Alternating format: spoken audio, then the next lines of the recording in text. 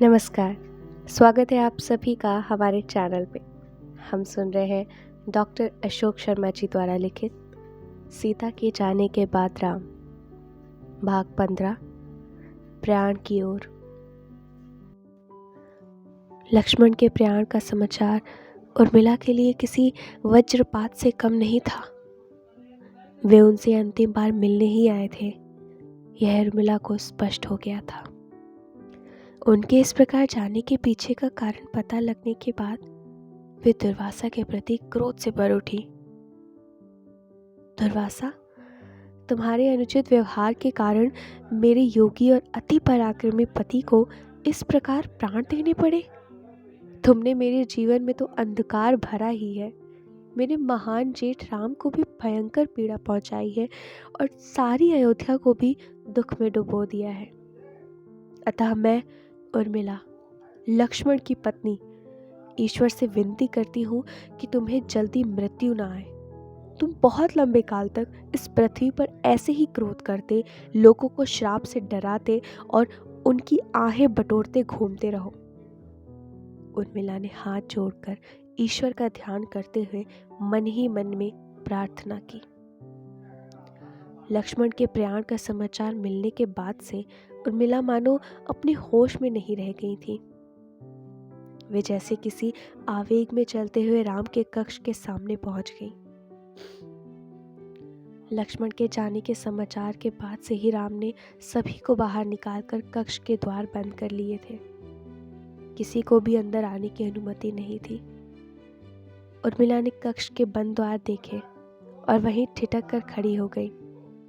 कुछ देर तक वे संज्ञा विहीन जैसी स्थिति में खड़ी उस द्वार को देखती रही और फिर जैसे होश आ गया हो, इस प्रकार चौंकी सी उठी।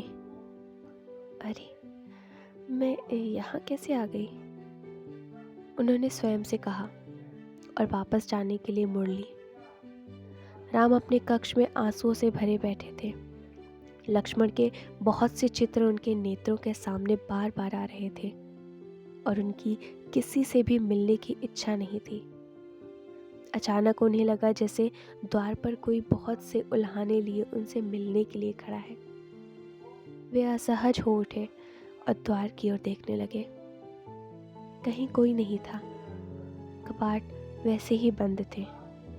राम उठे, द्वार तक आए और कपाट खोलकर बाहर निकल आए। सामने उर्मिला थी, वापस जाती हुई।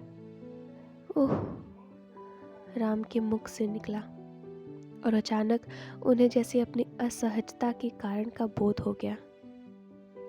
वे मौन खड़े उर्मिला का जाना देखते रहे और उनके आंखों से ओझल हो जाने के बाद धीरे से मुड़े और बहुत भारी मन लिए कक्ष में वापस लौटकर एक दीवार के पास खड़े हो गए।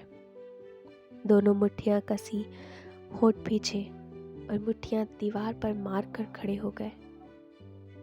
उर्मिला, बेटी, वह क्या करे जो रो भी नहीं सकता, कहते हुए उन्होंने सिर एक पल के लिए दीवार पर टिकाया और फिर वहां से हट गए। कंटकों की राह पर चलता रहा मन, घाव भी होते रहे पर दर्द से लड़ता रहा मन, किंतु पीड़ाएं झलक फिर भी गई है। उर्मिला वहां से लौटकर अपने कक्ष में आई। मांडवी और श्रुतकीर्ति आई हुई थी। उर्मिला को आते देखकर वे उनके पास आ गई। उर्मिला आई और खड़ी हो गई। मांडवी ने उनके मुख की ओर देखा। उर्मिला मानो शून्य में देख रही थी। उर्मिला, मांडवी ने आवाज दी, किंतु उन्होंने कोई उत्तर नहीं दिया। दीदी, श्रुतकीर्ति ने उनका हाथ अपने हाथ में लेकर कहा। अब उर्मिला ने धीरे से कहा, हाँ। मांडवी ने उर्मिला का कंधा पकड़कर कहीं बिठाने के लिए ले जाने का प्रयास किया, किंतु उर्मिला वहीं भूमि पर बैठ गई। उर्मिला मांडवी की गोद में सिर रखकर रोने लगी। कुछ देर बाद उन्होंने सिर उठाया और मांडवी की ओर देखकर पूछा, दीदी, नियति इतनी क्रूर क्यों होती है? मैं भी नहीं बता सकती उर्मिला, मांडवी ने कहा, और फिर वे स्वयं भी रो पड़ी।